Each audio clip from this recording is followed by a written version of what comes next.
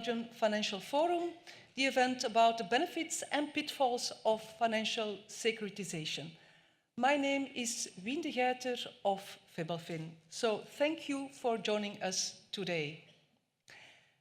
As you can see on the screen, we have a full program until 2:30. So we begin with 2 keynotes, followed by an open discussion, and then we go over to the announcement of the best master thesis.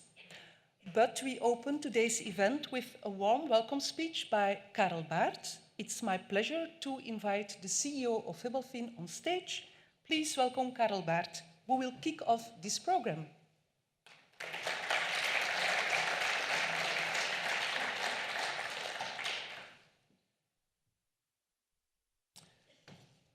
Good afternoon. It's my great pleasure to welcome you to this event of the Belgian Financial Forum today on the pitfalls and benefits of securitization. Thank you all very much for joining us. I'm also very pleased to welcome today's speakers and panelists. We have brought together a strong and diverse group, each with a different perspective on securitization. They represent various parts of the industry, and we are also joined by representatives from policy-making and supervisory authorities. Thank you all for being with us today. It is sometimes said that external pressure is much more effective in generating change than internal pressure. Looking at today's context with geopolitical instability, war at Europe's borders, and economic uncertainty, it is fair to say that external pressure is very high. We should use this momentum to achieve goals of which we long thought that they were unattainable. And for me, one of these goals is relaunching the securitization market in Europe. Let me explain. Securitization is often described as an outstanding way to free up bank balance sheets and to allow for a more efficient and productive allocation of capital, but it is also one of the most stigmatized financial techniques out there. After the financial crisis, securitization almost became a taboo subject. Movies like The Big Short cemented a very negative image in the public mind. Complex products, opacity, and extreme risk. Since then, even balanced discussions have often triggered very emotional reactions. But time has passed. The regulation has evolved, the markets have changed, and importantly, Europe's needs have changed as well. Today, the European securitization market is much smaller than before the crisis, while the demand for investment and growth is greater than ever. That is why the regulatory framework around securitization is being reconsidered. And I'm happy that we can have this event in this context, where there is a broad recognition of the value in revamping the securitization market in a secure and stable framework. Of course, we might not always agree on every detail or on the exact direction of travel, but that is exactly why debates like today's are so valuable. And I am especially pleased that today's debate goes beyond regulatory technicalities that are also important, by the way, and focuses more broadly on how Europe can better finance its economy, support investment, and strengthen its competitiveness in a changing world. With that, it is my pleasure to invite our first speaker, Mr. George Duponchil, Senior Credit Portfolio Manager at Great Lakes Insurance, who will share his views on how the EU securitization framework can be improved. I am very much looking forward to lively and open discussion. Thank you very much.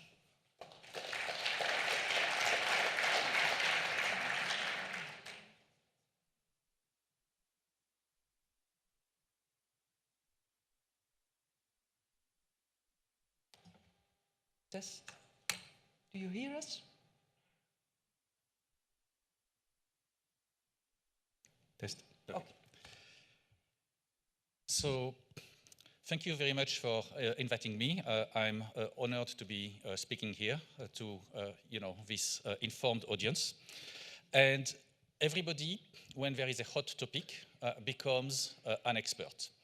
So, what you have today with the launch of the rocket is that this morning everybody is an expert in rocket science. And of course, Belgians have always been rocket scientists. I've got the proof, it's on all their passports. However, the pros, they say SLS, for Space Launch System. So this is how you will differentiate the pros from the non-pros. We have the same. We have STS, for simple, transparent, and standardized.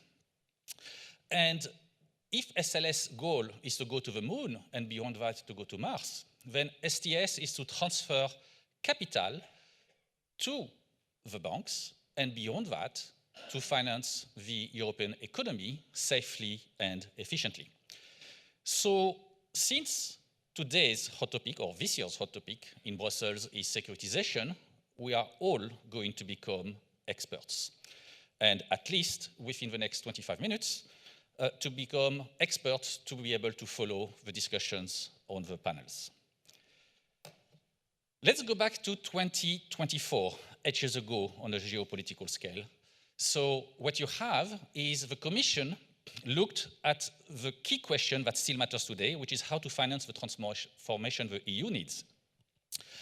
And then you have certain rules that guide the answer. The first rule is the market structure. Households and corporates use banks. In Europe, we are bank-centric in terms of the lending. And therefore, you need to have rules that work for banks, whether you like them or not, they need to work. So once you have that, then you end up with another constraint in a market economy. In a market economy, you need to make sure that the price to book is above 1. If it's below 1, you destroy shareholder value. Therefore, raising more bank capital to then be able to fund with covered bonds is not a route that is open to Europe, as long as you see the curve in red below, that's Europe, above that is the US, as long as the long-term price to book remains below 1. So you have options number 2, which is to make the existing capital work harder. But then you have a constraint in a regulated economy, that's rule number 3, is that if you take more risk, you need more bank capital. And if you have less risk, you need less bank capital. And securitization is the technique that makes this operational. So what you do, you can have a virtuous circle where you can de-risk, you can free up capital, you can lend more, or you can make bank more profitable, and then you can extend with more covered bonds. So what does securitization actually do? It's fairly simple. Just 4 simple steps. You take a pool of assets, and then you slice the risk. You have the senior at the top, very little risk, then the mezzanine, and at the bottom, the riskiest part, the junior part. Then you have the question of the markets. 2 routes. The blue route, the blue arrow, top down. If you have asset cash flow, in that case, you are in the market of traditional securitization. Or you have the synthetic route, which is basically the red one, where it is asset losses going up. Third question, who is actually doing the financing? It's the people that are taking risks. Now, since you've sliced the risk sits more or less at the bottom, it's distributed, we're going to go through that, but these are the people that are financing the economy. Who is funding the economy? It's the people that are doing the funding mainly of a senior, because it is the largest part of the transactions. So, key aspect to remember, funding is not the same as financing. In French, it doesn't work. Le financement n'est pas pareil que le financement, so it's better to speak in English on those concepts. So, let me just go back to previously. So we were 2014, and the Commission was wondering what they can do on the market. And at the top right, you've got basically the outstanding of traditional securitization going down and down and down compared to GDP, even though there were reforms. So at the end of 2024, the Commission sent a consultation saying, what shall we do? But it didn't wait for the answers from the stakeholders. It decided to take its crystal ball and on this basis decided that the future of securitization would depend if the senior tranche is resilient or not. So I asked AI to imagine that, and I got this picture. This is Copilot to tell me what is happening in Berlaymont. But the key aspect of resilient is that they sketch 5 criteria, 3 of which are good. Let's talk about the good ones. They want a granular pool, they want sequential amortization, and they want a minimum attachment point to make sure that the senior tranche is risk remote. Easy fix? No. Because securitization framework is the CRR, Securitization Regulation SecR, LCR, solvency, and then you have 3 European supervisory agencies dealing with it. So, during that time, in 2024, Paris Europlace, under the leadership of Véronique Ormezzano, had her group of securitization experts, and they identified 8 issues. 4 prudentials at the top, and 4 regulatory ones at the bottom, to say that these are the issues that need to be solved to basically unlock the potential of securitization in Europe. Did the Commission listen? Yes, they did. They addressed 7 out of the 8 issues. Now, how well they did, the color scheme, traffic light, is a hint. So, what you can say is that they addressed the 4 prudential issues. The risk-weight floor becomes risk-sensitive. The P factors become tamers, and we'll go into that. The solvency charges are become more reasonable, and there is going to be flexibility in the LCR. It is not yet, finished. On the regulatory side, there will be more flexibility on issuer reporting, investor due diligence, with a small but maybe super big asterisk on sanctions. And there will be less prescriptive SRT approval process, SRT meaning significant risk transfer, so this is about the financing. And finally, they are going to address the issue that insurers which currently cannot invest in the best part of the market are going to be allowed in with safeguards. So, the Commission had its own crystal ball about resilient. I decided that I will have my own crystal balls. So I've got 4 crystal balls, and we're going to talk about that as to see what could be done, because there is still time for politicians in Parliament, for the Council, in the trilogue, to modify the rules to make sure that things are really improving. So, let's talk about the first item, the risk weight floor. Well, the senior tranche is very low risk.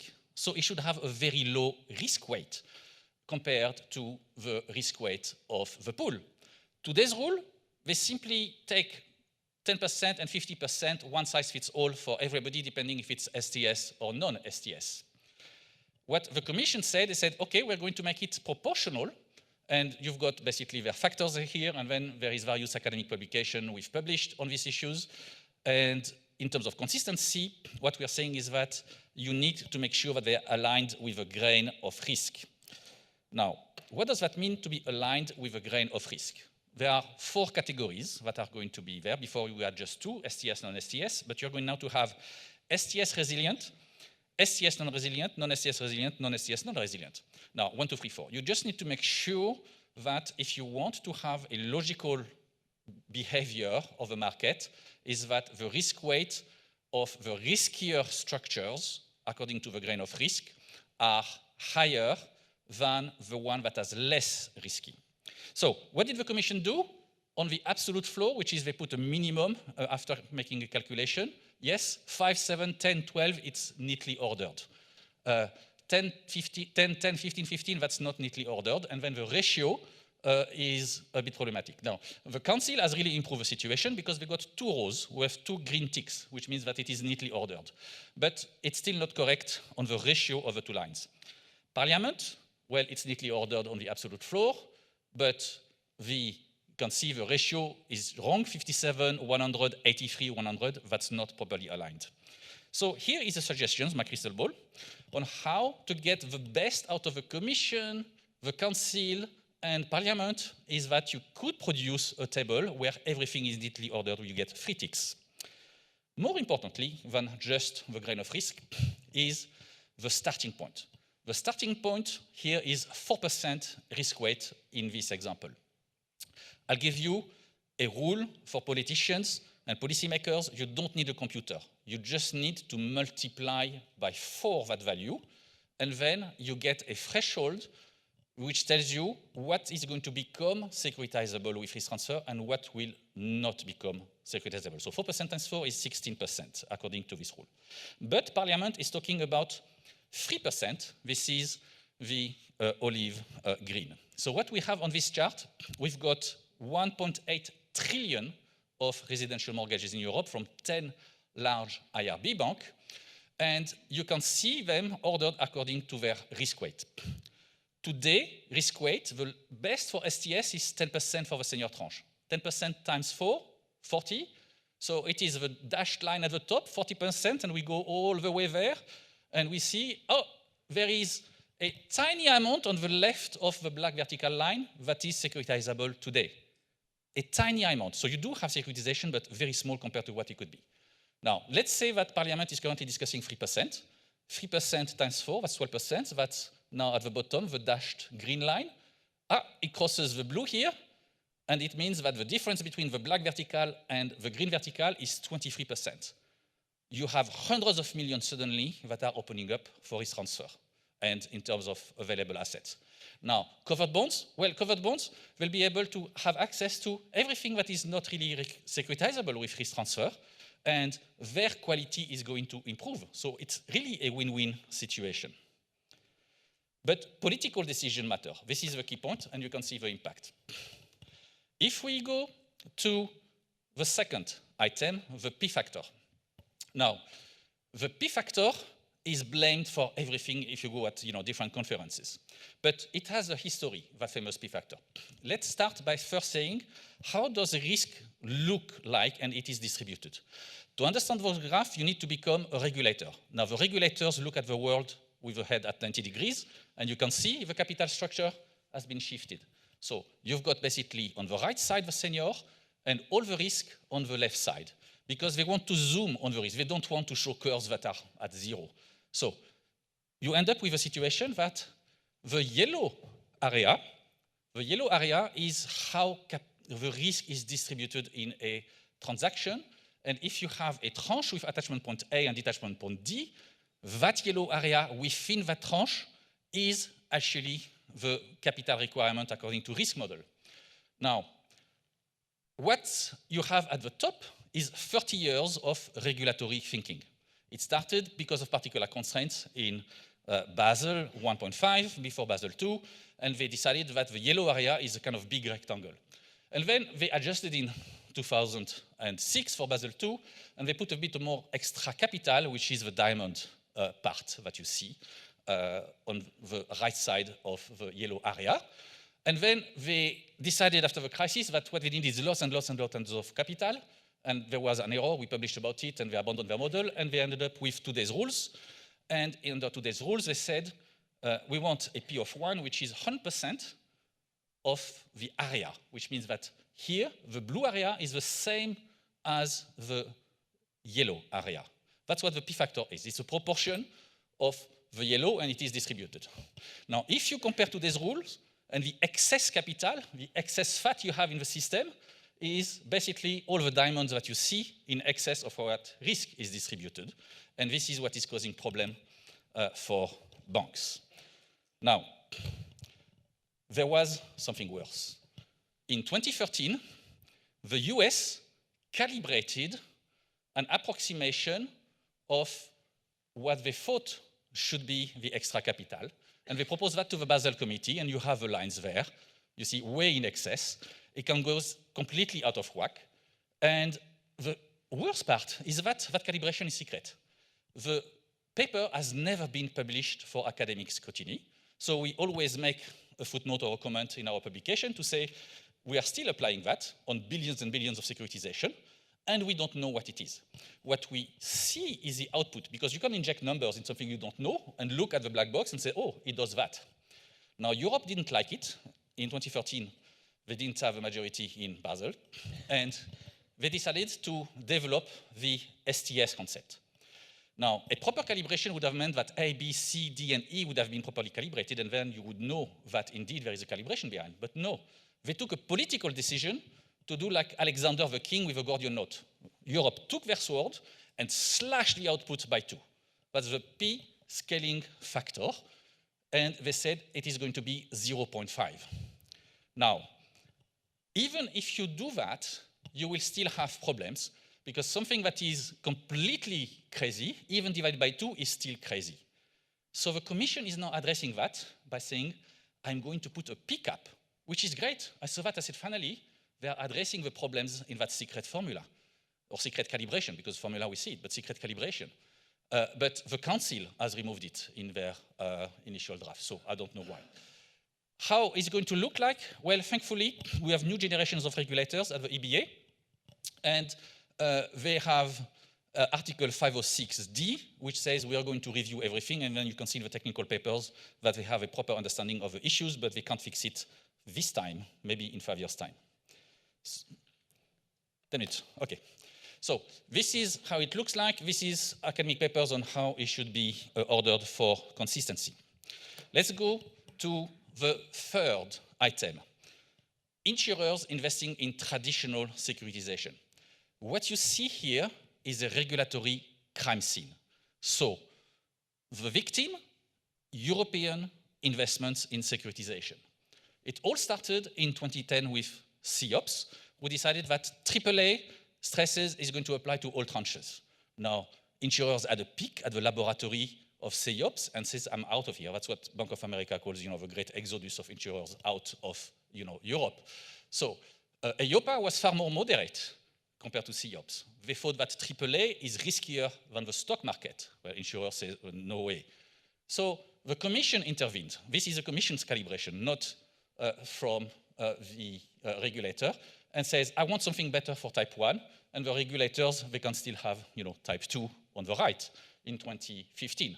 And then in 2018, the Commission again intervened for STS, and they left basically the regulators' views on non-STS.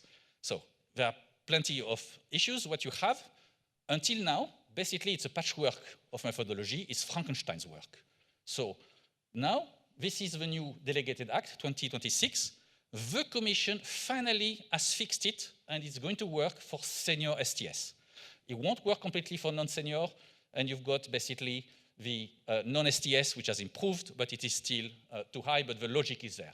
How it should look like, maybe in 2040, at the speed at which we're going, so in 15 years, it's going to look like the academic research we published, or there is an opportunity for the Commission is to use the resilient concept when it is properly done, and then reopen the Delegated Act. Last item, my fourth crystal ball. Insurers can also take risk on the liability side. What does that mean? If you have and you take a car insurance, then you pay a premium to the insurance company. The insurance company doesn't give you immediately the value of your car for you to put on a deposit account as collateral in case you have an accident, for you to pay yourself basically the claims. It is the same here for banks. We are insuring, and that's my day job, we are insuring banks by taking and giving an insurance contract on the non-senior part, so that the bank stays with the less risky component, and the risk is therefore transferred. Now, we started that business in 2018 in Europe, but in 2021, we were not allowed to do it for STS. What happened is that because of that rule, 75% of the investors investing in STS, the money is capital coming from the US, a bit from the UK, but basically outside of the EU. Now, if you think that 75% of your capital needs has to come from outside the EU, and you are in favor of financial strategic autonomy, then frankly, you are very creative and probably in the wrong profession. A creative accountant is a better profession. So, the Commission said, I'm going to fix it, and they proposed it. The good news is that both the Council, the Commission, and Parliament decided that yes, we want insurers to be able to provide insurance contracts in the best market. But the devil is in the detail. If you take the text of the Commission, so if we look at the text, we can say that no insurers can participate, but it's easily fixable because we know the intention and the text can be fixed. Now, Council tried to fix it, and then they managed, out of the 14 insurers, 2 will qualify. Now, 2 doesn't make a market, you don't have price discovery, it's not good for insurers, not good for banks. You need more.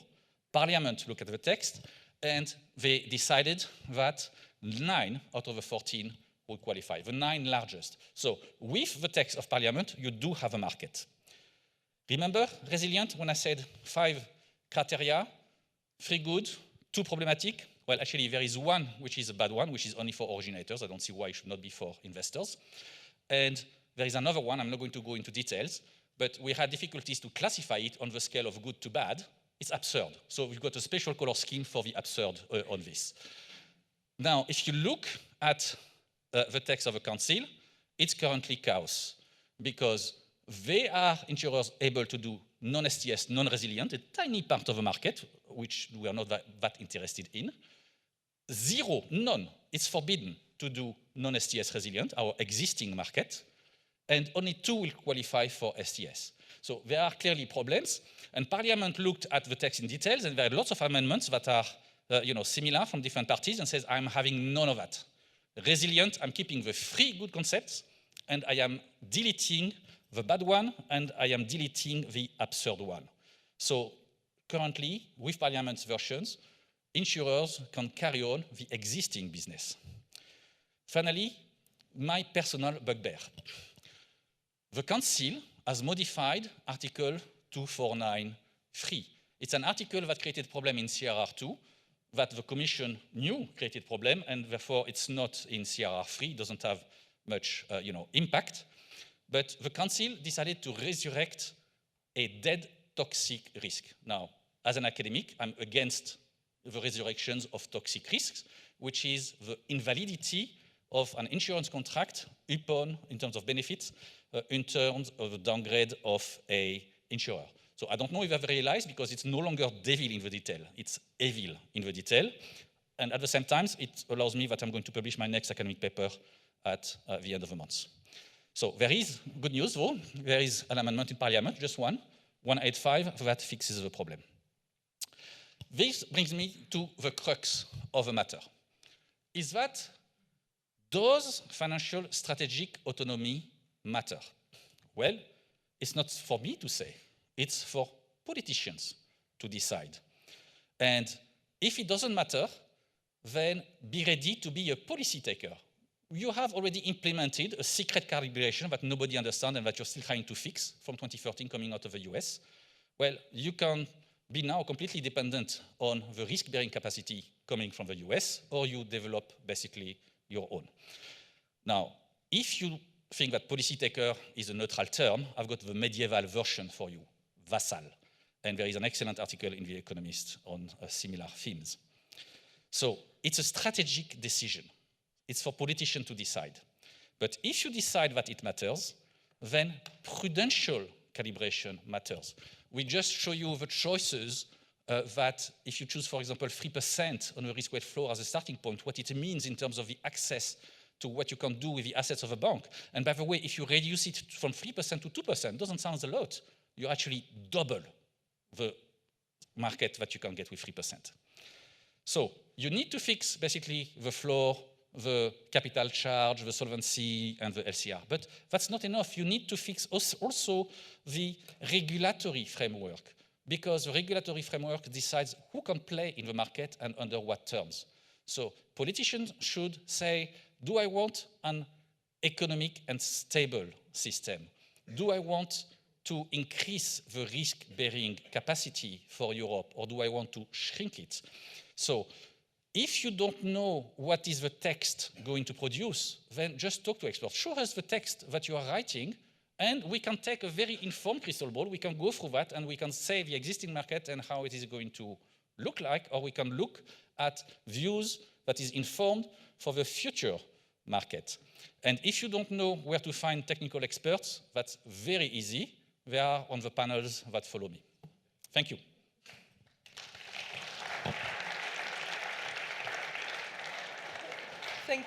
Thank you very much, George, for these key insights. So we now turn to a strategic perspective. It's a pleasure to welcome Bernd Leuven. He's member of the executive board of KfW, and Bernd will reflect on securitization on a broader policy point of view and on its role in supporting investment in Europe. So we are very glad to have you with us, Bernd Leuven.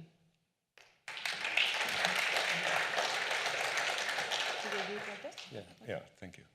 Ladies and gentlemen, I think I'm coming from a more macro view, but I think what I'm going to tell you as a message fits very nicely with the finishing of George, my predecessor. 2024, Alexandra Schröder, Deputy Director of DG FISMA, was quoted in a German newspaper saying, "Europe's fate will be decided by the question of whether it succeeds in investing massively." I would add massively and successfully, and I think this quote is as important today as it was then, if not more important when we look what's going on in the Gulf and when we look what's going on in America. The Draghi report, everything is out. We don't need to analyze with more reports, put the additional investment needs for transformation in Europe in the critical sectors named in the report for the years 2025 to 2030 at a staggering 750 to 800 billion euros per year. That's roughly 5% of GDP. Now, that sounds a lot. Germany, after World War II, during the reconstruction area, mustered more than 10% of GDP in investments. So, European sovereignty and resilience, this is exactly the point which George was making at the end, also includes the ability to raise and invest domestically, to raise and invest capital domestically, especially in the critical sectors like startup and scale-ups, infrastructure, and defense. And we need to raise this capital and we need to invest not only to transform our economies, be it to stay competitive, to be resilient, or also to basically become CO2 neutral. We need it for growth and prosperity. We need it for growth and prosperity because Europe is hardly growing anymore. In the last 3 years, the German economy did not grow at all. On a net basis, Germany has been shrinking. Europe has done hardly better. On a net basis, in the last 3 years, 23 to 25, Europe has not even been growing 1%. Forecasts for the next years have been for Germany and Europe roughly 1.5%. Now, with what's happening in the Gulf, forecasts are reduced to 1%. If so, some forecasts even put us below 1%, close to 0.5%. So, one reason for the low growth compared to other parts of the world is venture capital. European capital markets in total for the EU 27 are roughly half the size of the US market, and we're nearly as many people as the US has, when we measure it by the total market value of the outstanding stocks and bonds. In relation to GDP, the difference is even more striking. The US is nearly 3 times larger than Europe, and Germany is faring particularly bad with a market average compared to the European stock markets of only 60% when we put it in relation to GDP. This divergence between Europe and the US has increased in recent years. More than 50% of European later stage tech financing rounds come from outside Europe, according to the IVE European Tech Champions Initiative. And if you look at the German data, 9 out of 10 funding rounds for later stage funding rounds in Germany are only possible because they are done with outside money, meaning money that is regularly coming from either Asia or the US, perhaps London can be added to the investorverse. So what's happening if those technologies do successfully scale up, then usually what's happening is that the companies are sold to the US or to Asia, and the growth then is happening elsewhere. Another reason is securitization, or the lack of it. European bank funding accounts for nearly 90% of the debt financing to non-financial institutions or to non-financial entities in the region. In the US, I think George has also shown this on his charts, you know, the market is much more capital markets driven. We have only 25% funding of non-financial entities by banks. And different to the US market, the EU market has never recovered from the global financial crisis, and it is not in a state to meet the current and future funding needs that are mentioned in the Draghi report. Europe's securitization market is now only roughly 20% the size of the US market, still only 20%, down from 85% pre-global financial crisis before 2008. Even so, as default rates throughout the crisis should lead us to a very different conclusion.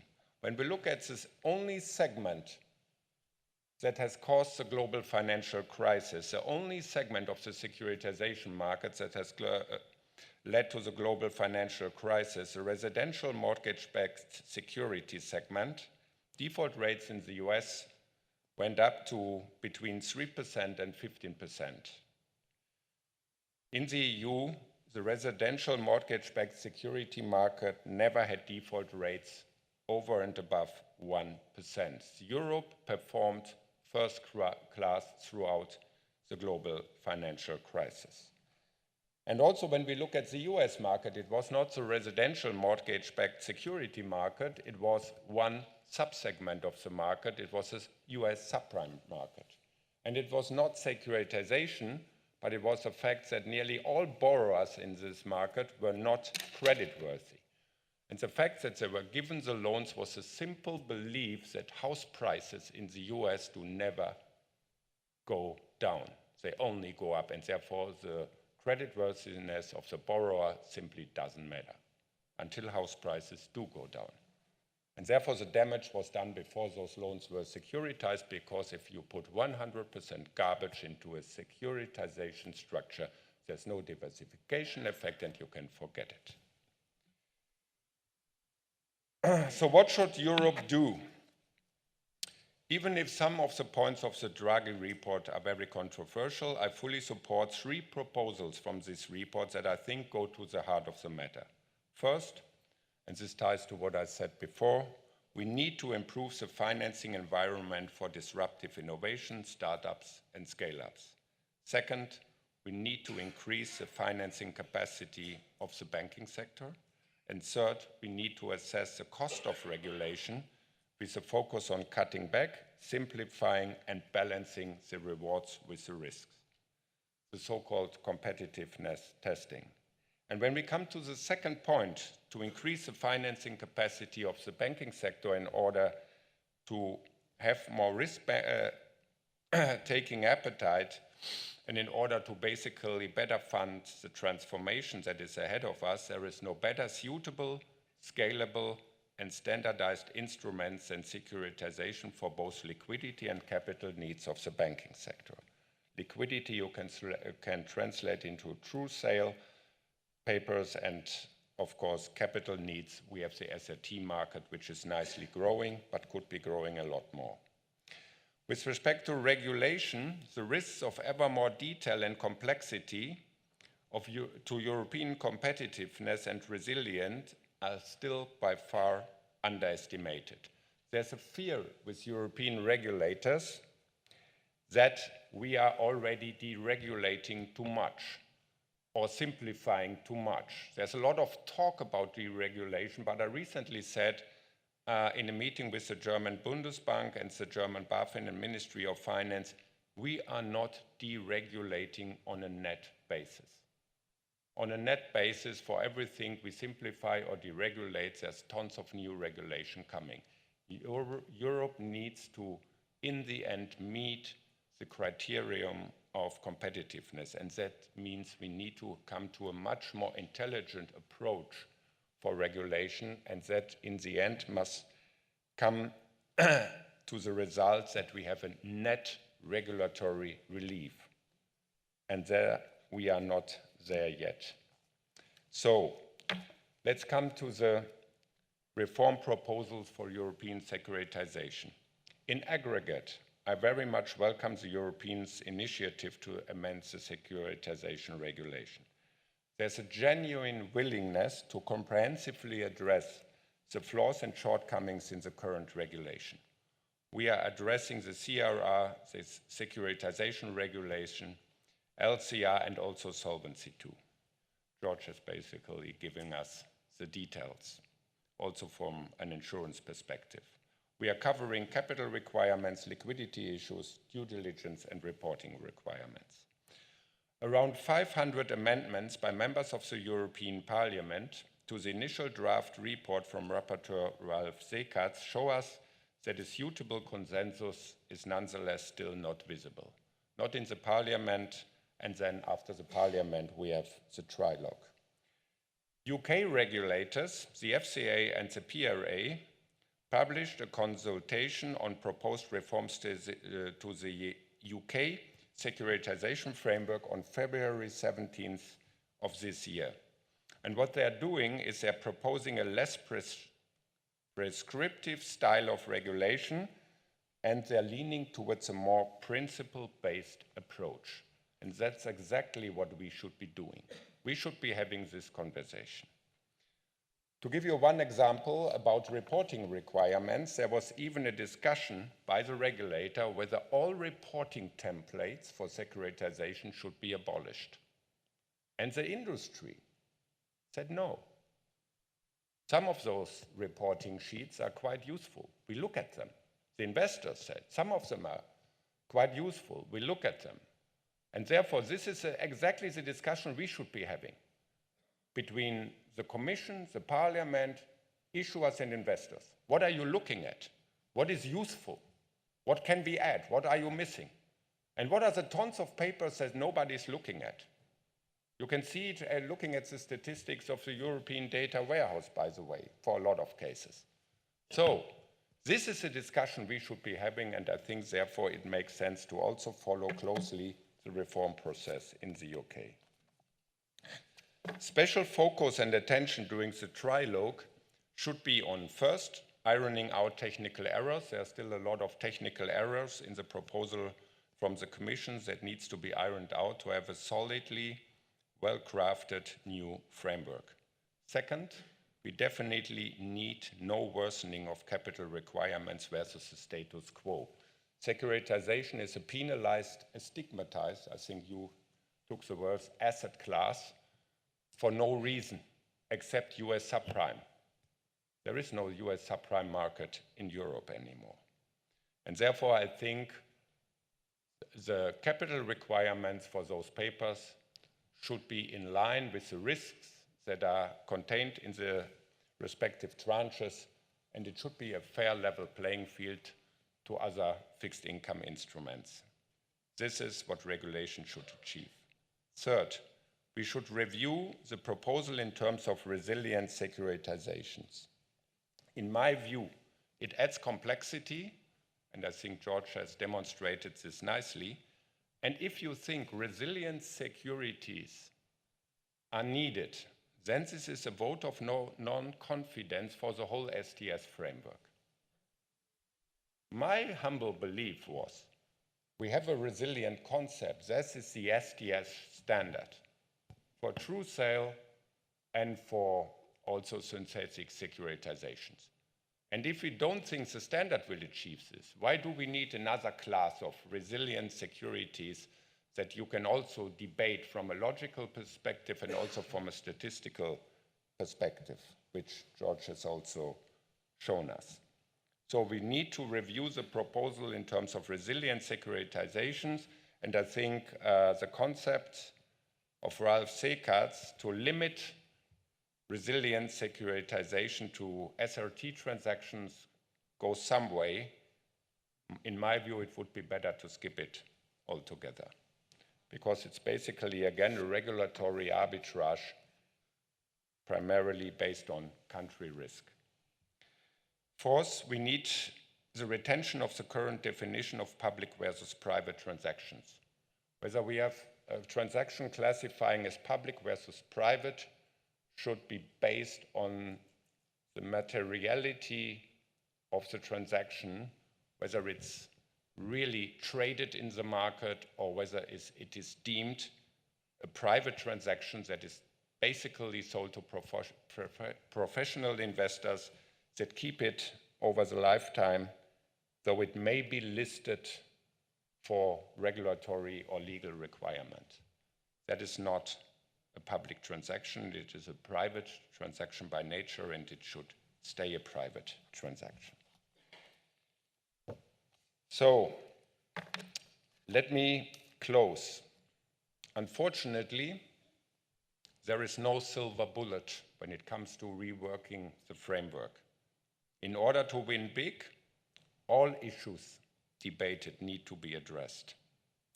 If not, Europe will continue to fail the competitiveness test for securitization, and by doing so, also the first important step towards a deeper European capital market. If we don't get securitization right, how can we get venture capital, equity market reforms right, so that we have a deeper and more integrated equity and VC market, let alone pension reform? And these are the 3 steps on the agenda of DG FISMA. Securitization is by far the easiest. So let's not fail in this first step. VC and securitization are not only important with respect to growth in Europe, I explained this before, they are also highly complementary. And therefore, during the trilogue, the Commission, the Council, and the European Parliament, in my view, should think big and bold, pro-growth and pro-competitiveness and resilience of the European financial markets. And otherwise, George has also mentioned this, we can still go cap in hand to Asian, US, and maybe UK investors and ask them for the money we desperately need for the market segments that are paramount for growth and transformation. Thank you very much.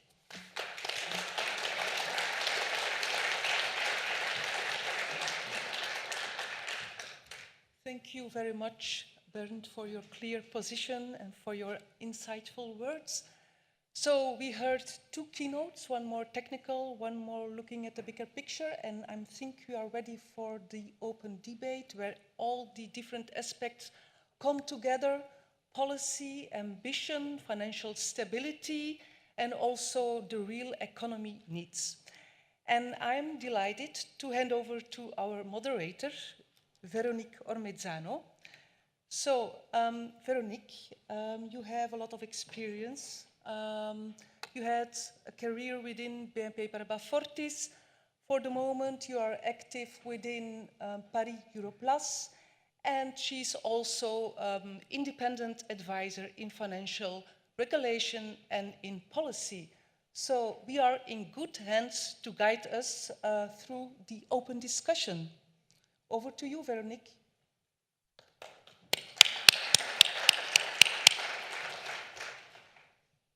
Thank you very much, Wien, and I would like to invite the panelists to join me on stage. And thank you for Febelfin and the National Bank of Belgium for inviting me today. It's a pleasure to to be here, and it's an honor to moderate this panel after two extremely inspiring speeches. With no further ado, I will briefly introduce the panelists. No need to introduce Mr. Löwe anymore. I'd like to introduce Sietse Brakke of the National Bank of Belgium, Head of Microprudential Regulation for Banks. Next to Mr. Löwe, Tamar Julia, who is a senior advisor of the International Association of Credit Portfolio Management, IACPM, and has a long-standing experience in securitization through her role as credit portfolio manager, including at Banque Bruxelles Lambert and then ING Belgium. And Giovanni Crosetto, member of the European Parliament and a shadow rapporteur for this securitization package. So welcome, very warm welcome to all the panelists. So we heard a lot already, and I hope you've been following the Georges' presentation as well, and then of course the more strategic view of Mr. Leuven for KfW. Our intention now is to foster a discussion. Remember that the title of this conference is The Benefits and Pitfalls of Securitization, and maybe we've heard already a lot of potential benefits, and I'd like to maybe discuss a little bit also the pitfalls, and for that, if I may, I will hand over the speech to Mr. Brakke. You are playing an active role in the European policy making, engaging directly in the negotiations for Belgium, and therefore it would be great that you share with the audience your views on the securitization reform, and whether you support and how you see the current level of ambition of the reform.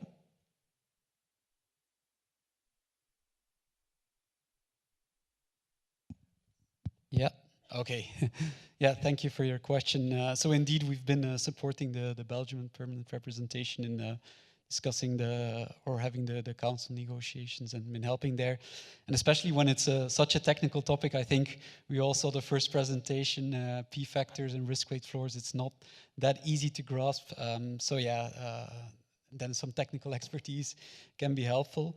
I think our overall appreciation of the package, we of course maybe first of all to set it out clear, I think everyone supports the ambition of the Commission to have a reform of the securitization framework.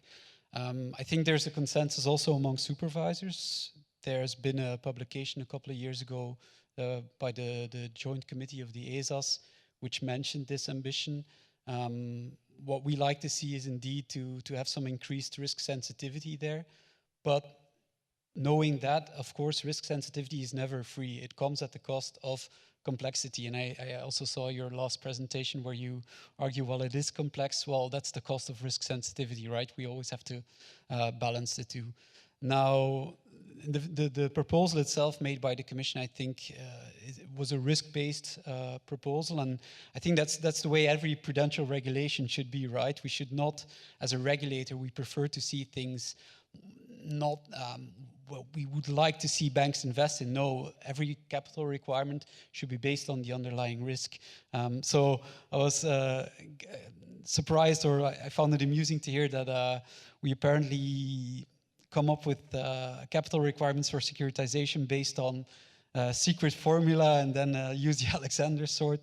It's funny to hear that this is how it's perceived, but in our objective is always to have a risk-based framework.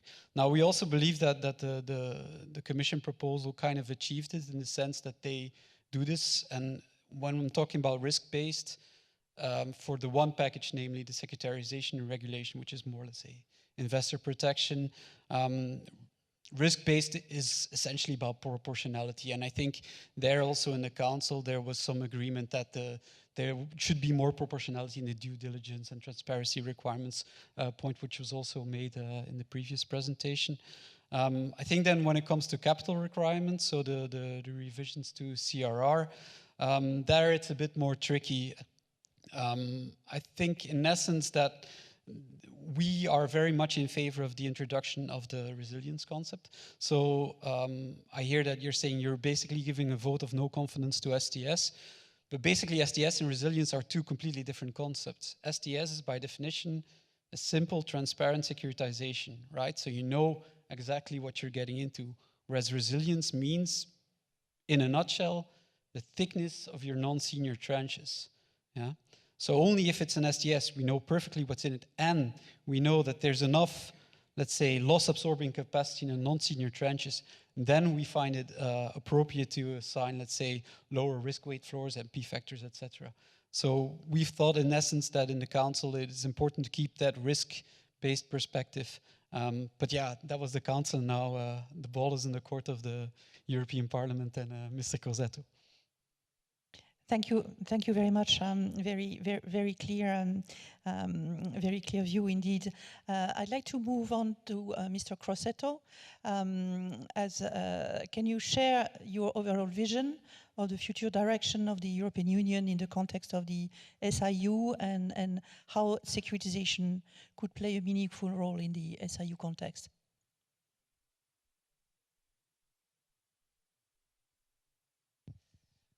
Yes, thank you very much. Thank you for this opportunity to share with this high level of panelists my and our view about this very important review of the securitization regulation and capital requirement regulation of this package that I think is one part of the overall review of the Saving Investment Union.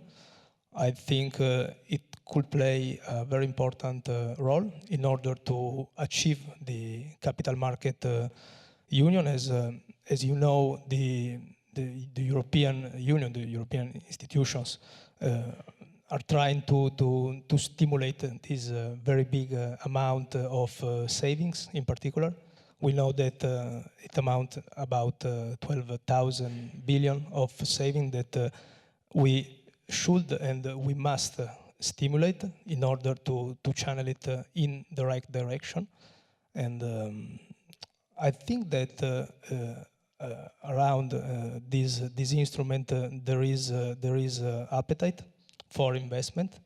I'm very happy to hear from the banking association, and this is a quite shared view that we should try to do more in order to really stimulate this market, because it is also an objective stated by the Commission, but we have to be able to translate it into the regulation in this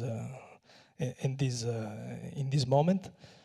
And so let me say that this appetite, we are seeing this kind of appetite in all the market. We obviously see it from the originator, the bank, the creditor point of view. We obviously see in the investor point of view. And there is it is not a little thing. I think there is much interest from the market, from the banking sector, from the investor sector, and so I think that the Commission maybe should have taken this more into consideration. And I'm in line with the view that the new resilient category is not what actually this kind of market need, but probably for the stigma, probably for the storytelling, the Commission followed the same path of the STS and so on. And let me say that also for the debtor, the household that has the mortgage, I think is positive, because as in the very insightful keynotes, we can easily see that the exposure of our firms, of our household, is for a big majority with respect to banks, and so this kind of instrument with this kind of instrument, it's possible to also for the debtor to diversify his kind of exposure. And so it's positive for all the market participants. And let me say also from a policymaker point of view, I think is very positive because it has the opportunity, if we work on the right type of securitization that actually are, in our point of view, the true sale, the traditional securitization, we have the opportunity to create and stimulate an extra amount of capital. And so that extra amount of capital, if properly channeled in the real economy, but it is not only a European issue, is also a national issue because, as you know, we lack of the fiscal leverage. And so this is, by the way, one of our proposal.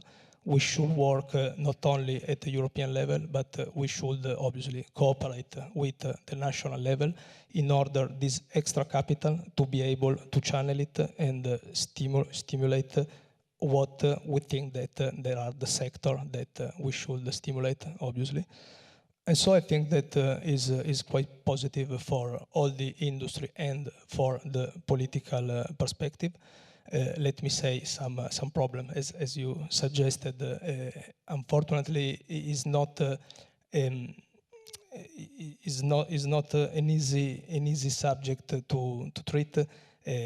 Not only because people maybe don't talk about securitization, but also because this financial instrument is present right now only in 9 out of 27 member states in the European Union.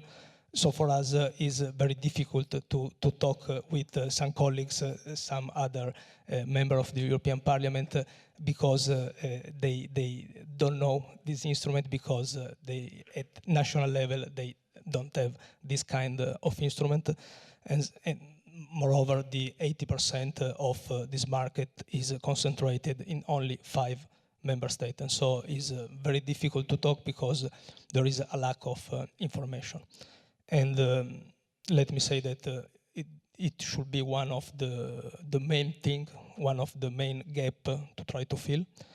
And obviously, one of the solution in order to try to stimulate, if we really want to stimulate, because I think that it should be the right question to do to anyone. Do we really want to stimulate this market? Because if we really want to stimulate this market, we should try to make things at least easier and less complex. Thank you. Thank you very much. I think your point that securitization should work not only for a few member states, but for the EU as a whole is a very important one. I'd hand over to Tamar.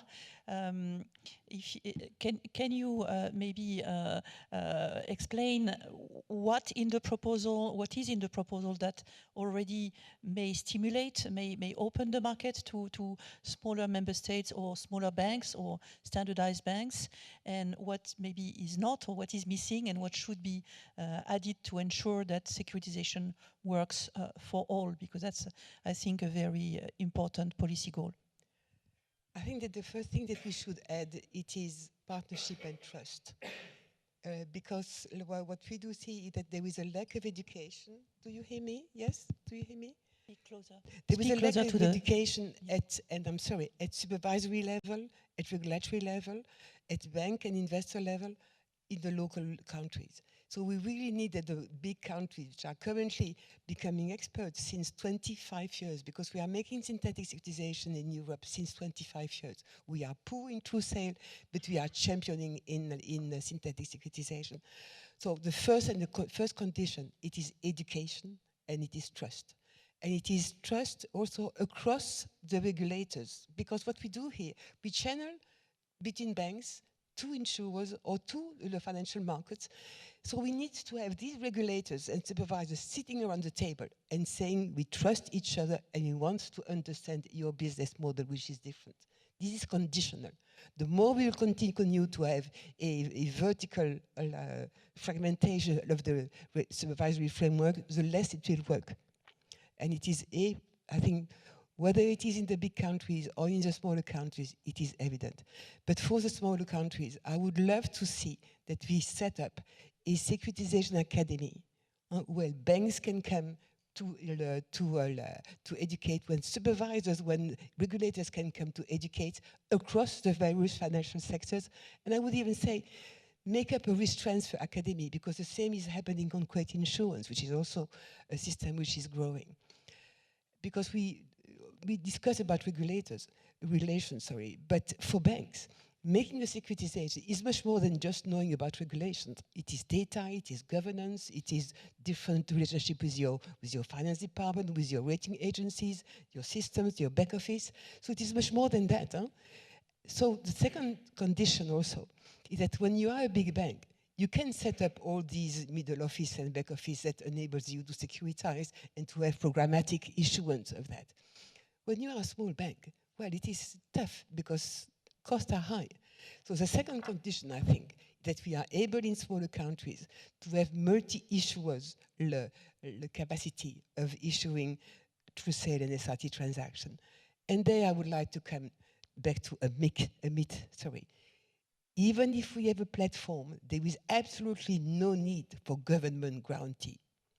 Absolutely no need. It is not because 13 years ago in the GSEs in US, they had to put a government guarantees after the bailout on the non-prime, on the subprime, that we did it here. Because since 12 years in US, they started also to securitize by transferring the risk by what they call CRT, what we call SRT here, credit risk transfer. 60% is going to capital market investors, and 40, retain that, 40% is going to about 60 unfunded insurers. And it is running very well. It is running so well that they will now get out of conservatorship, meaning that the guarantee from the government will be taken out from the senior part because you don't need any more. The private market, which is his role, the private market has taken over the risk, the underlying risk. So I really believe that this issue of scale, this issue of education is important.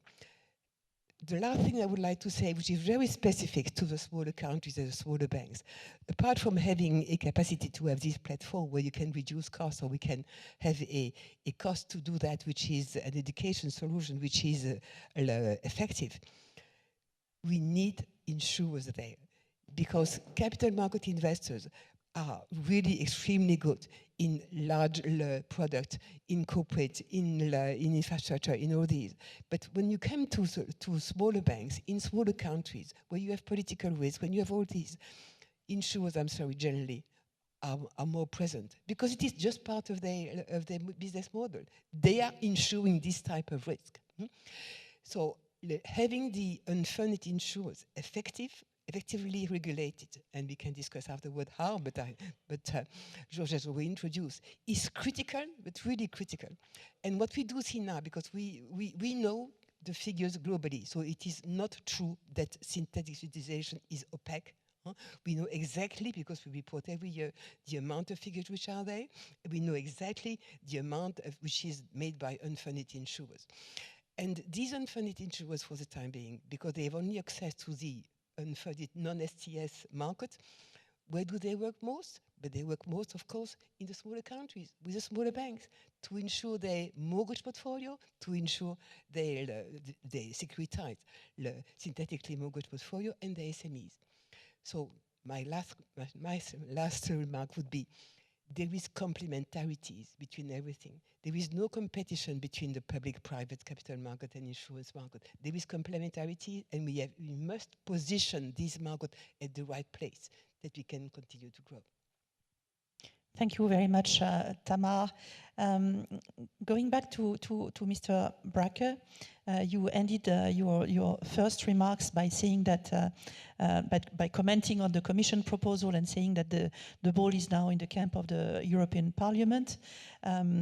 What are your views on the proposals that are on the table, the rapporteur Zekat's draft report, and the discussions that are continuing to evolve?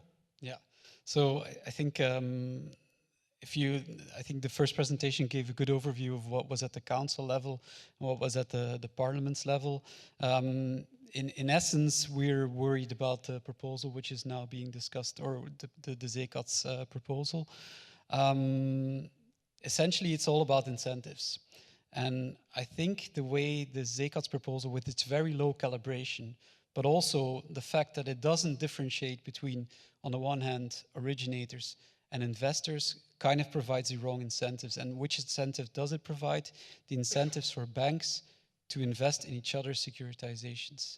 And even more so, because it can be a goal to stimulate, let's say, traditional securitization more than synthetics, fine. But we're treating all traditional securitizations in the Zekat's proposals in the same manner, regardless of whether they're STS or they're not STS, regardless of whether they're resilient or non-resilient. And that's worrisome. And so basically, yeah, the goal of securitization has always been, let's transfer risk outside of the sector, and then so that banks can use it, the capital which has become available the way they see fit. Yeah? But if we treat investors and originators the same, and if we put very, very low risk weight floors, essentially what will happen probably is that we'll kind of transfer, especially for traditionals, we'll transfer funding from smaller banks to larger banks. Because when we're talking about CRR, we're talking about capital requirements for banks, also investing in securitizations. And that's something we're worried about seeing. And especially there, you also think a non-STS, right? It means a non-simple, non-transparent, non-standardized transaction. And it's also non-resilient. So you estimate, given the data that you have, that the non-senior tranche is kind of thin to absorb the losses. And we're going to treat that in the same way as an STS resilient just because it's a traditional securitization. To me, that doesn't seem risk-based. And I'm fine with the arguments. Well, it's a lot simpler if we don't apply the resilience concept to traditional securitization. That's a fine argument, but I mean the simplest framework you could get is the current framework with overly conservative fixed floors, right? So I think if we want to have something which is risk-based and defendable, we need to differentiate, because otherwise you set the incentives wrong, and basically you will have banks kind of like going for an originate to distribute model, right? Because they know, well, yeah, other banks are going to buy my exposures anyway. So that's a bit what's worrying us in the current proposal. And also when you look at the calibration, I mean, I see the point of the first presentation. If you lower the risk weight floors even further, then there's exponentially more securitization or potential exposures which come in the scope of securitization. Fine, but the goal is in essence to transfer risk. If there's no risk to be transferred, you shouldn't get a capital discount. And if Bank A is investing in the other, is originating a securitization, getting a capital discount, but Bank B is buying it and Bank B is doing the same thing and Bank A is buying it, in the end, the level of risk in the banking sector will remain the same. The level of funding will also remain the same, but only capital requirements will have gone down. And that's a bit what's worrying for us as a prudential supervisor. Thank you very much. If I may, one of the maybe confusing part of the discussion is that there are several dimensions to consider.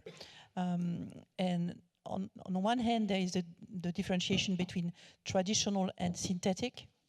And on the other hand, and it's not exactly the same, there is the SRT and non-SRT.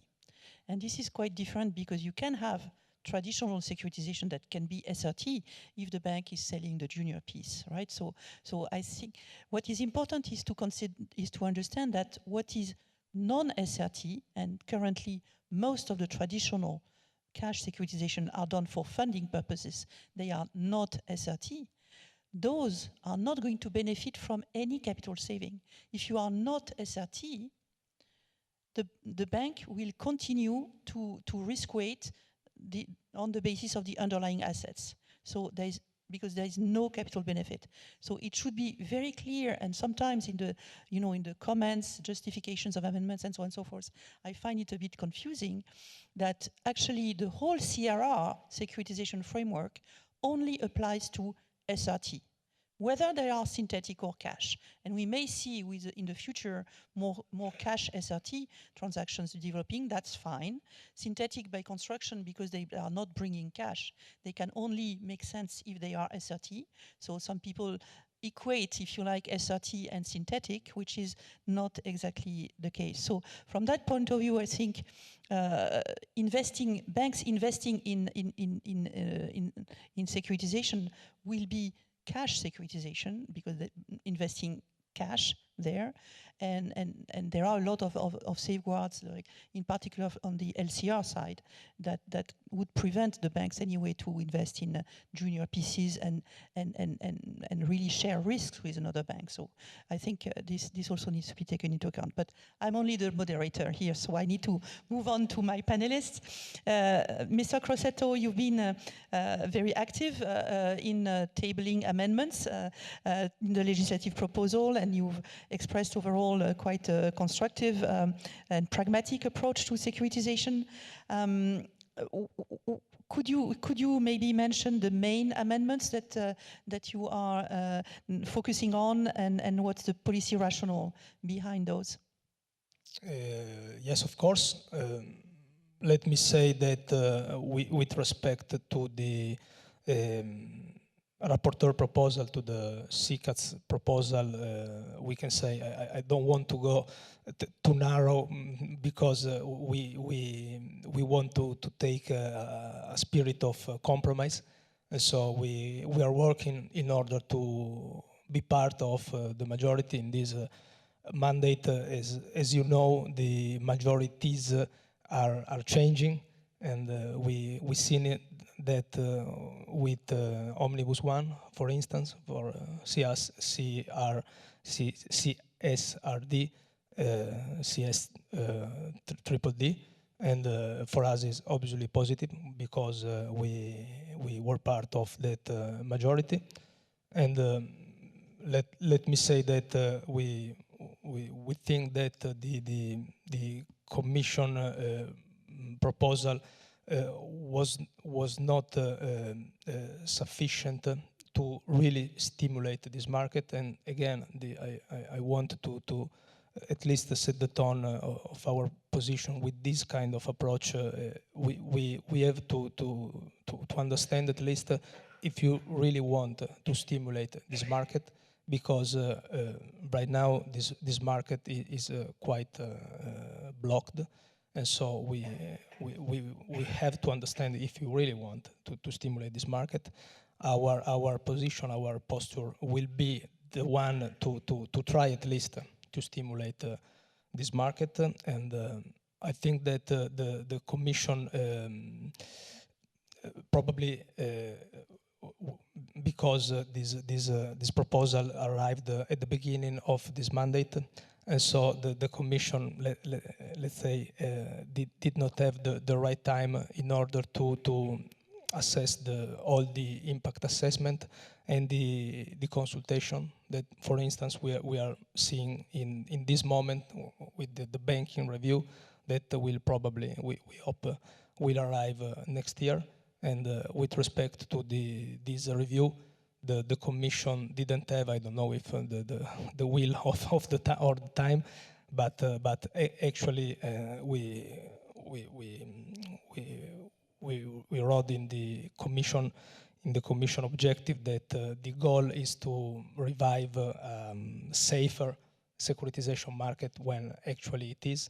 And also we wrote about the goal to enhance the prudential framework where actually the STS category went beyond Basel.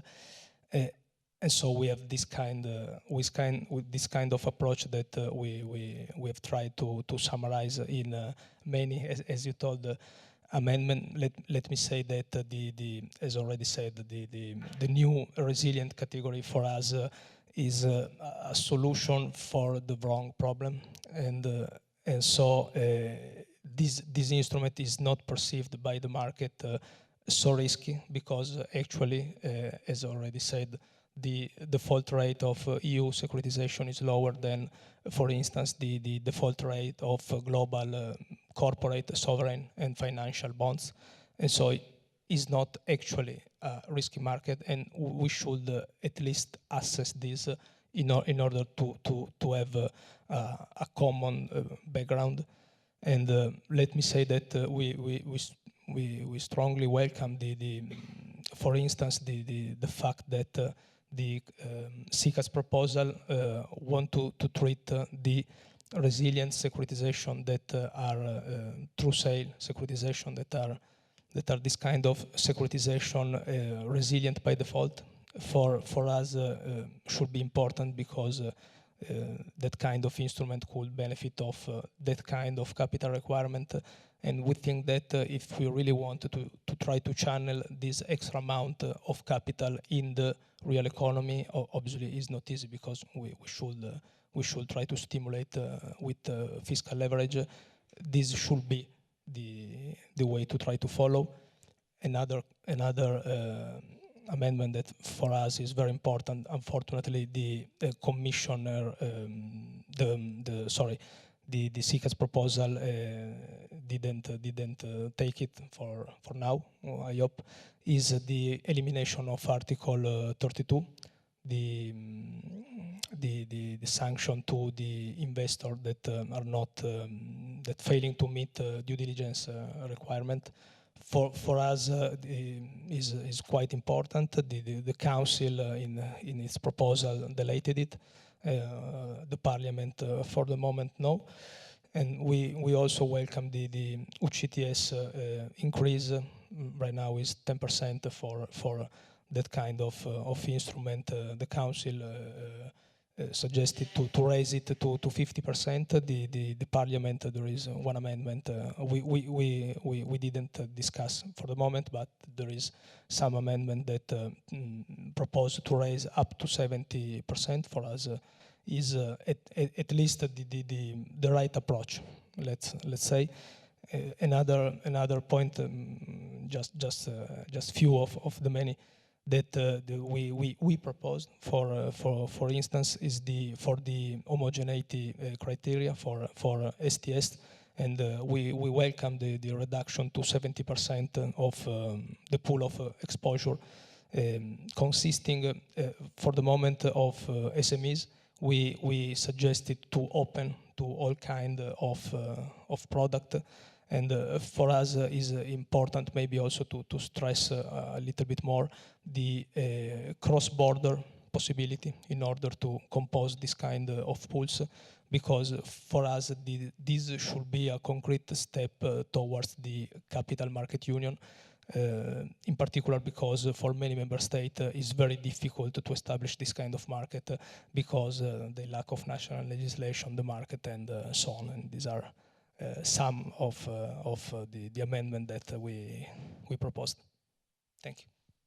Thank you very much, and indeed, it shows how much work continues to happen in the Parliament.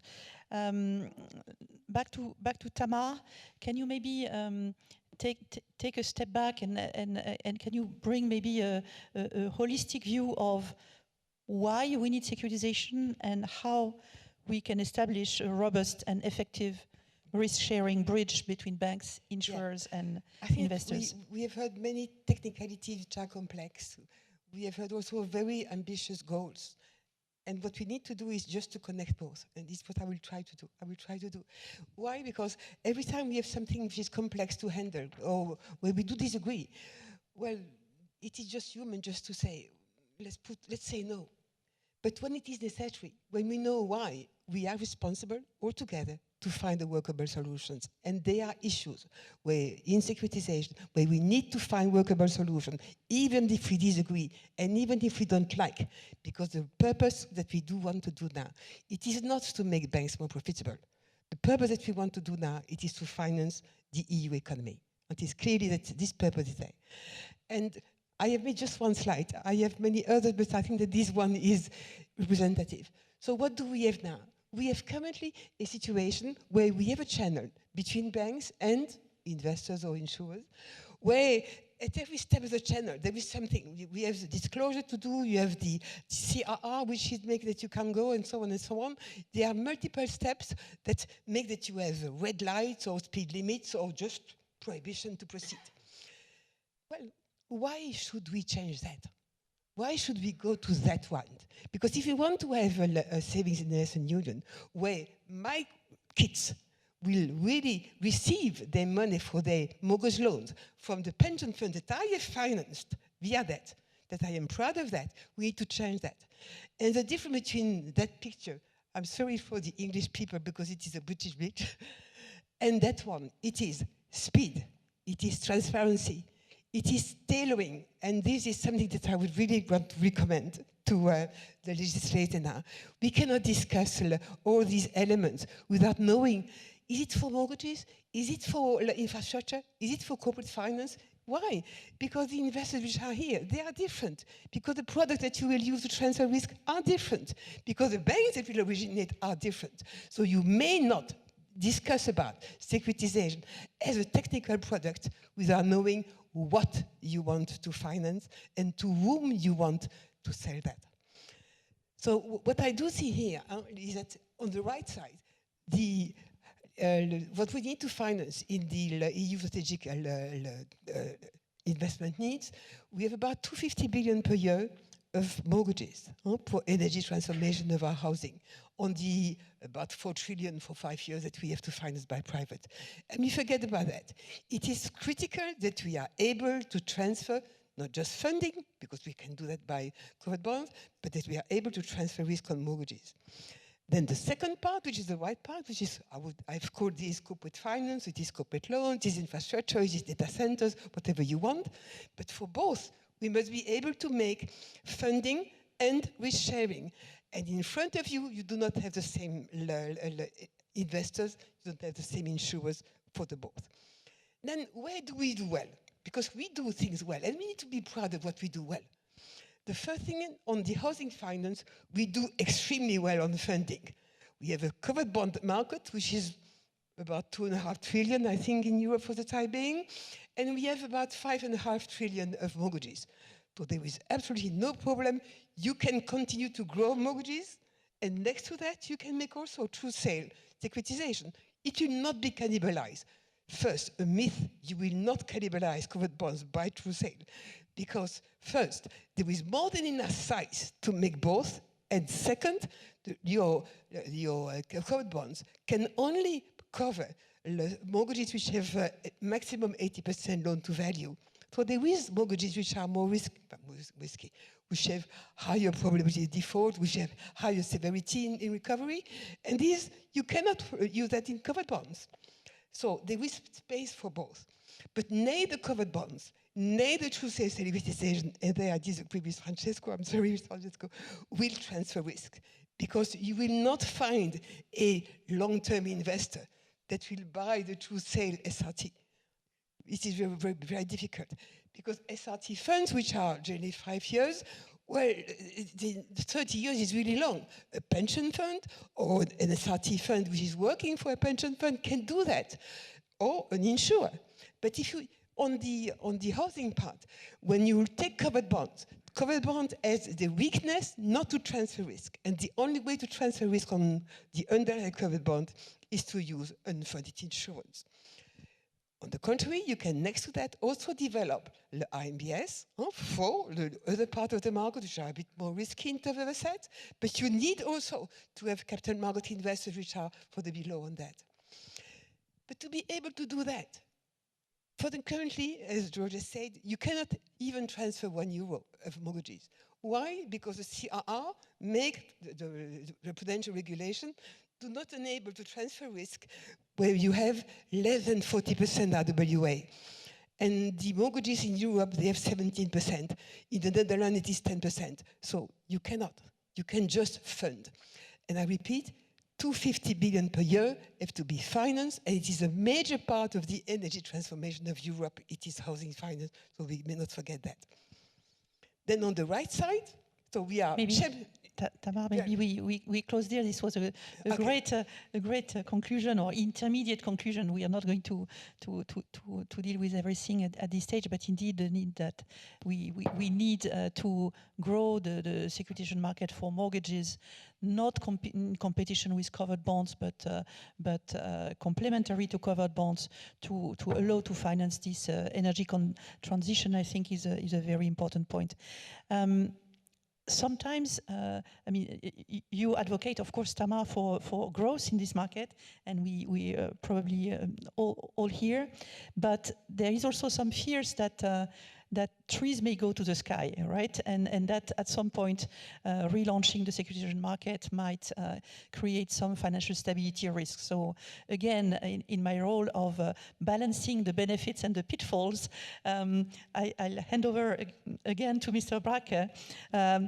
What are the limits that you see or that you would like to see in terms of securitization growth and securitization role in the financing of the economy? Yeah, I think first of all, I mean, picking up on what you said and also what Mr. Crosetto said in his first intervention, I don't think anyone here is against financing the real economy. No one. And we also all support the goal of revitalizing the securitization market.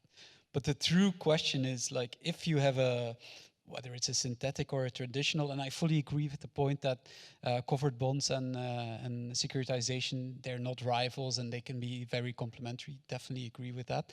But the true question is, if you have a securitization and it does its job and there is an SRT, bank will have less risk and thus have less capital requirements, and capital will be freed up. What does a bank do with that?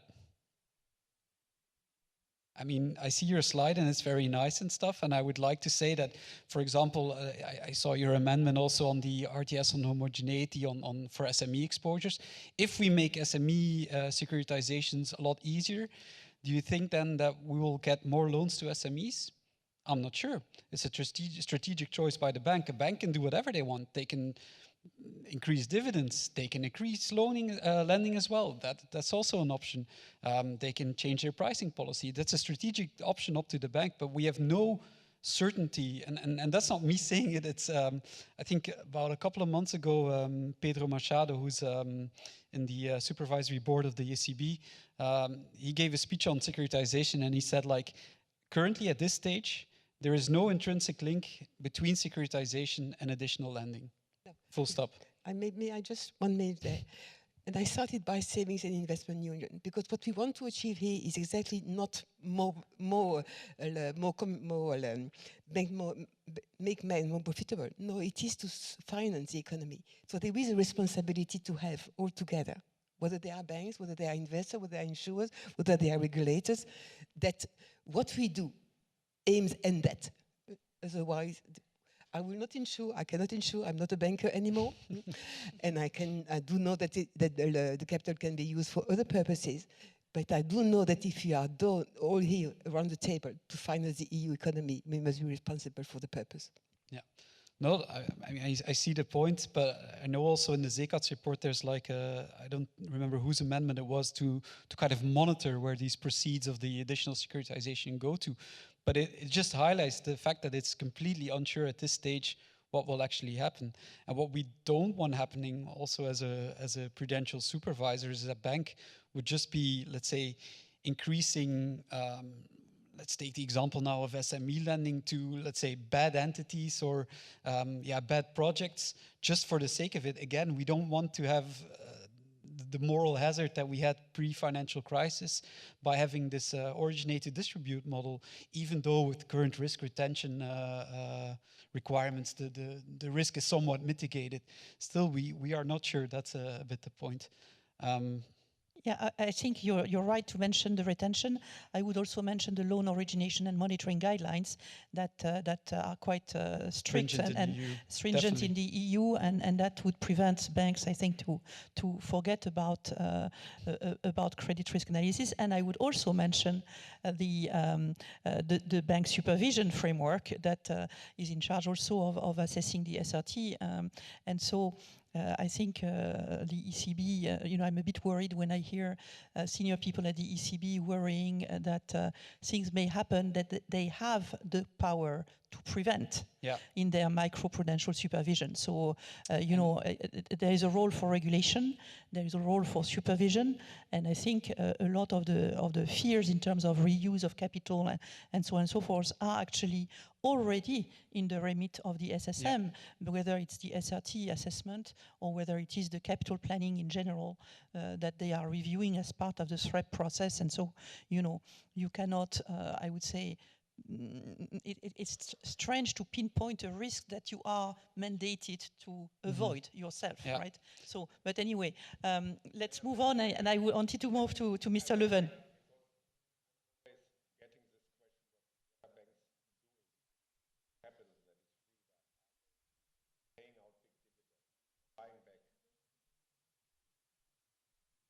Are they paying out big dividends or buying back stock? Forget it. There's always a business unit that is sharing the revenues they're getting from their portfolios with the investors, be they true sale or be they SRTs, right? You lose a part of your revenue stream to the outside investors. And inside the bank, when you look at the different P&Ls of the respective units, product units, business units, then the cost of the securitization to set it up, the lawyers, and also basically the margin you pay out to the true sale investors or the SRT investors, it's always getting billed to the units that securitize as part of their portfolio, be it for liquidity purposes or for risk sharing purposes. You will not agree to this if your P&L is shrinking and the bank is buying back stock or paying back dividends. You will only agree to this if the capital that is freed up can be reinvested by your own unit, and you're better off than asking the bank for new liquidity or for additional capital that is then charged to your unit. So banks always pay out dividends and buy back stock from the surplus capital then they generate, but not because they increase the use of securitization. 100%, I guarantee you. Thanks for the guarantee. It's good now to I'm hear really this from reassured. somebody who is probably not giving any dividends as a public entity. I started at Commerzbank and we had this discussion a lot. Thank you very much. I'd like to stay with you, Mr. Leuven, maybe to give you the opportunity to comment on what you heard in this panel from your German and from your public development bank perspective, and how do you see securitization translating into productive investments? In the end, I think what I like is this sheet about the asset class, right? Securitization, the benefit is you have diversification, but within a respective asset class. And all those asset classes normally are asset classes that fund real economy, be it they fund houses, they fund receivables, they fund autos, they fund SME loans. If you don't like the asset class, you don't have to buy it. But normally it's all about funding the real economy. It's never about bank-based lending. You fund the real economy and you see exactly the portfolios that you fund. And let me also say something about smaller countries and SMEs. The fact that a lot of smaller EU countries are not participating in the securitization markets is because regulation is far too complex.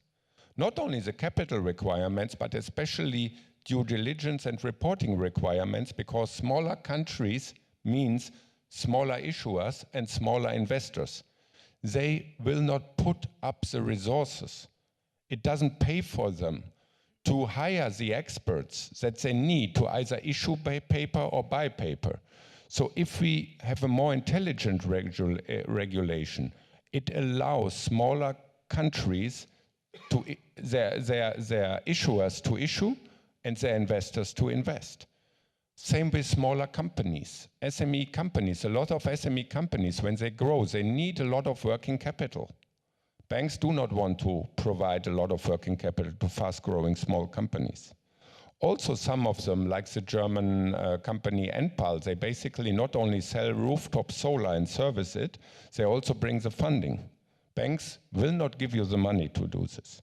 So what do? They securitize their receivables, or they securitize basically the loans they give to the end customers. And then I can say, I like this asset class.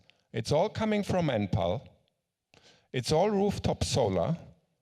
But the diversification is, it's X thousand German borrowers.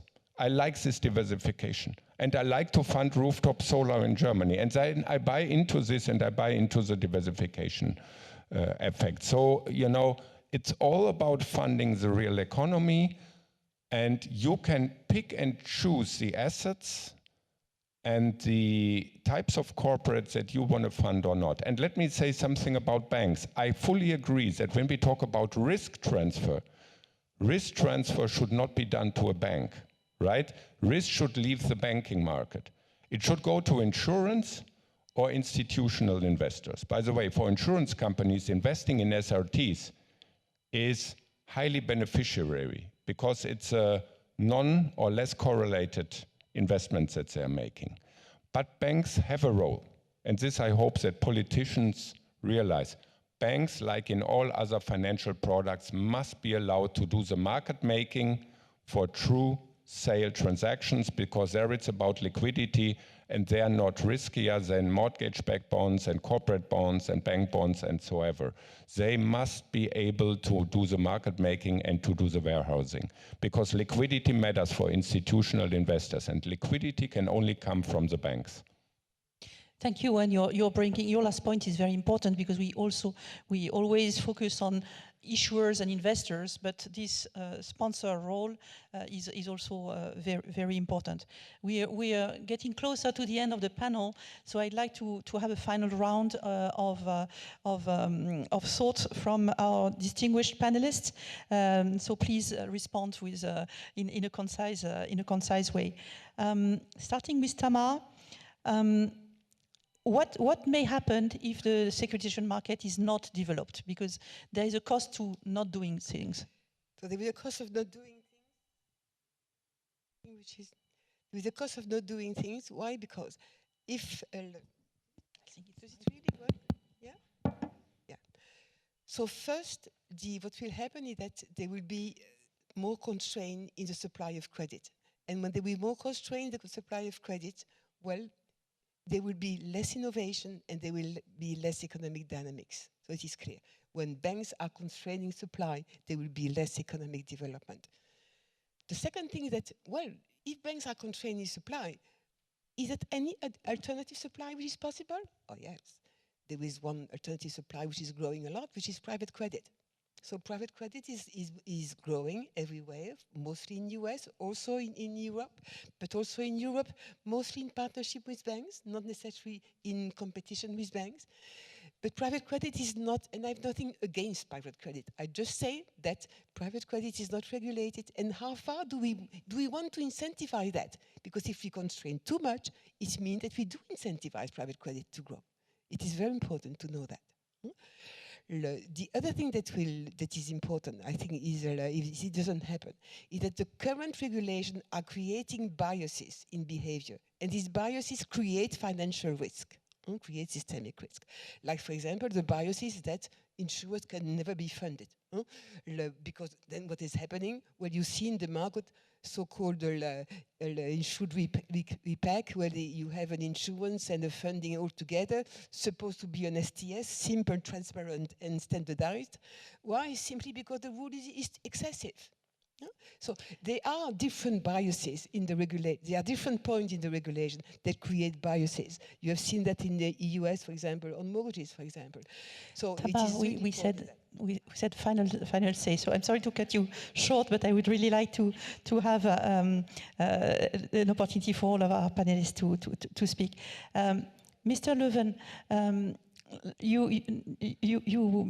already mentioned the importance of having an overall ecosystem that works.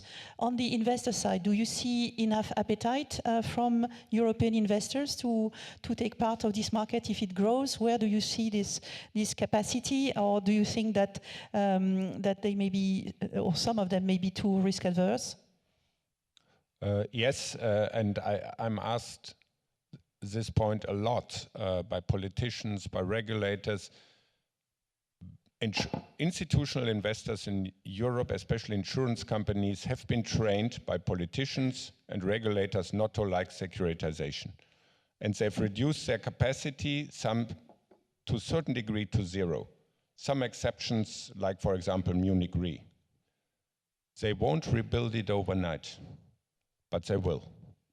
When they see chances, when the asset class is growing, and when they see the yield pickups that are related to securitization with a very precise risk model, risk types that can be modeled, they will. It won't happen overnight, but institutional investors and insurance companies will invest. Don't expect it overnight, but it will come in due course.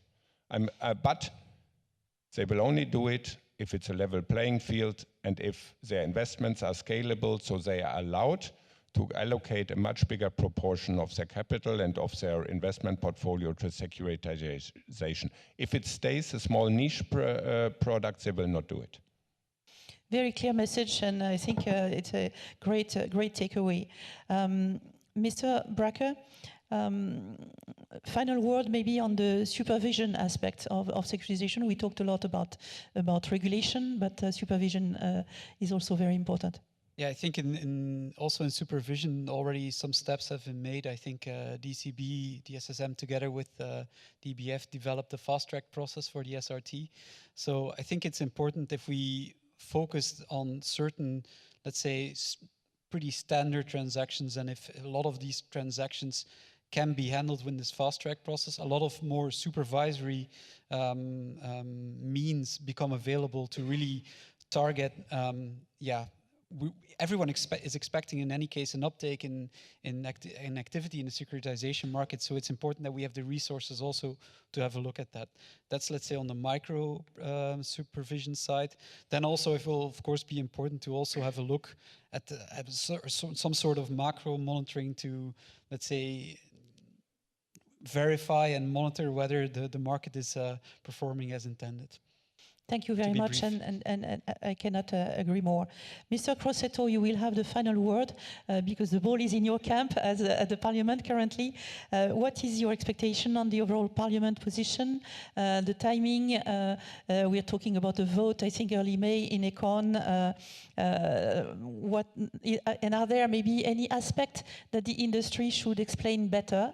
We tried hard, both Georges, Tamar, and myself today, but are there anything that the industry should help in the dialogue going forward? Yes, I think we should make it for that day.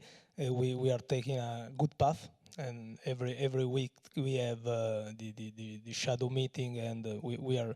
I think we're doing a good job, and the rapporteur is doing actually a very good job.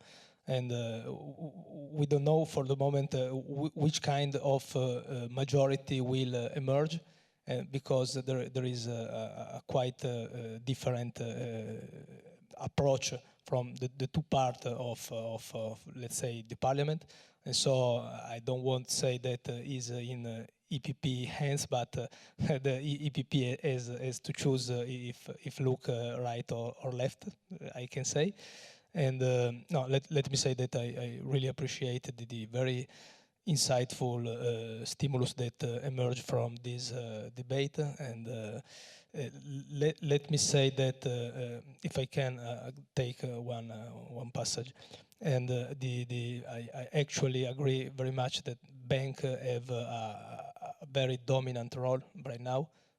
We know that we already say that the big part of the lending right now is not credit, is not the market, is made by the banks, and so I also think that it is right to try to answer the question. Will the bank actually lend this extra capital in case? I think is a good, the right question, but there are many point of view. I think that there is, for instance, the demand for this kind of instrument, and so the investors are asking for this kind of instrument, and I think is also an important thing to wait. Also for the debtor indirectly has the opportunity to diversify, and so I think it is important. But from the lending point of view, I think that the national role should be emphasized, and so we should, because we lack of this kind of leverage, this kind of stimulus, we should of course work with the national level, and also from the borrower point of view, we should also start to talk about the monetary policy. I think if we are in an environment, I don't want to open a too big subject, but I think that we should try to have a comprehensive global approach with this kind of subject. Is right to not focus only to the single subject of this market, because this has the potential, the opportunity to involve many different subjects. And let me say that right now we are facing the risk to sacrifice the competitiveness and the innovation, all these good things that the Draghi report and so on, and all this kind of insightful approaches are suggesting. And I don't want to say that we should sacrifice financial stability. I think that this is mandatory for everyone. Every one of the shadow rapporteur don't want to deregulate and don't want to sacrifice financial stability. But I think that we should try to start to weight the risk in a different way and in a more proportionate way. Thank you. Thank you very much. Let me allow to provide a few concluding remarks from this panel and maybe more broadly. I think we heard the importance of consistency in terms of the reform. I think it will be not only in the Parliament but also in the subsequent trilogue very important to ensure that the outcome is consistent from an academic standpoint, I would say, going back to Georges' presentation, because otherwise, as Tamar said, there will be biases and wrong incentives and possibility for arbitrage.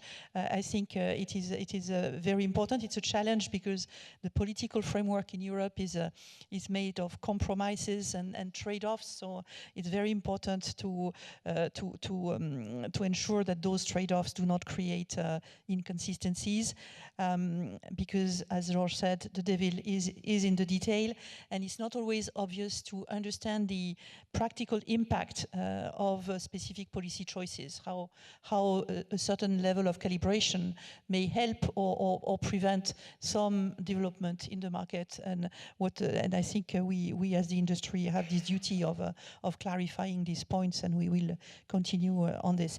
I will conclude by using a metaphor that I'm borrowing from somebody in the room, I must say. It's about a plane that needs to cross, let's say, the Pacific Ocean. And given the current shortage in oil, this plane only has 10% of the fuel it needs to cross the ocean. Of course, hopefully this plane is not going to take off, because otherwise he's going to crash miserably quite close to the airport where he takes off. Now, regulators will say, or the market will say, oh, great, we now have 50% of the fuel you need. That's great progress. Well, it's great progress, but the plane will still not cross the ocean, right? It will still crash in the middle of the ocean. So I think it's really important not to land with a middle ground, even if often these compromises lead Europe to find some middle ground. I think in this case, I really hope that the securitization plane is not going to crash in the middle of the ocean. So I would like to thank Febelfin for the invitation and hand over to Wien for the final event of this morning. Thank you very much. Thank you very much. Thank you very much, Veronique, for the closing remarks and also for moderating it a very professional way, I have to say. And also a big thank you to all the panelists for the open and engaging discussion. Before we close, we have the announcement of the best master thesis. So, as the Belgian Financial Forum, every year we look at outstanding papers of university students. So I have the honor to ask Jean Cataruzza and also Frank Lierman on stage that are the members of the jury, and they will hand over the awards. So, it's yours. You want to start? Ladies and gentlemen, good afternoon. It was a strong 2025 edition. More than 40 master theses entered the competition for the two prizes. There is a prize on the one hand for themes linked to economic, financial and monetary matters. Another prize is linked to banking and financial law. Bank and financial law jury was chaired by Jean Cataruzza. Myself, I was the president, the chairman of the other jury. In fact, looking to the themes which has been developed by those master theses, 1/3 were linked to asset management and stock exchange market, and 20% of those theses were linked to alternative financing, not securitization, not yet, perhaps in the near future, but family offices, business angels, venture capital, and so on. I will not go into the details of the working of the jury, only stressing, and it was the case in both juries, there is a panel existing, on the one hand, academic people, and on the other hand, financial professionals. And so for the prize linked to economic, financial, and monetary topics, the winner is, do monetary policies drive hedge fund misreporting? Question mark. An empirical analysis across time, rate maturities, and fund types by Anne Lopez, Master in Business Engineering at the Liège Management School, Liège of University, and the promoter was Professor Julien Hamburgers. May I invite Anne Lopez to join me, and can I hand over the prize?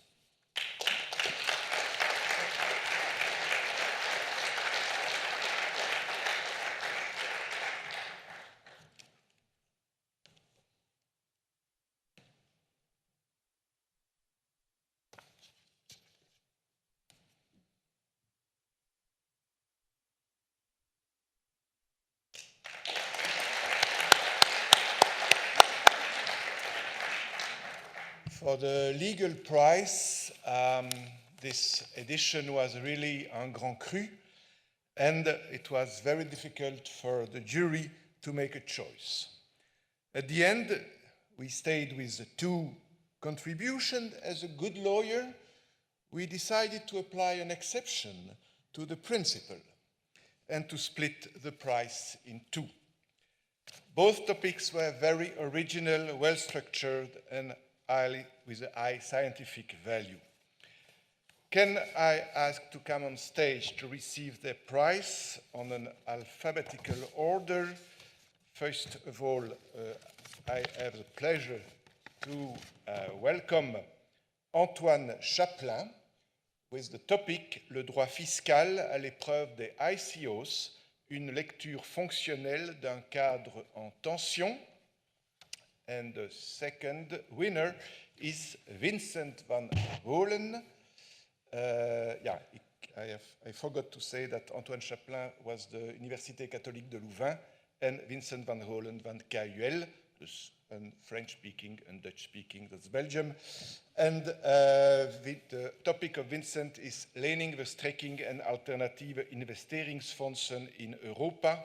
Komt AIFMD 2 tegemoet aan de vooropgestelde regulatoire noden voor kredietfondsen. Een big applaus voor both of them.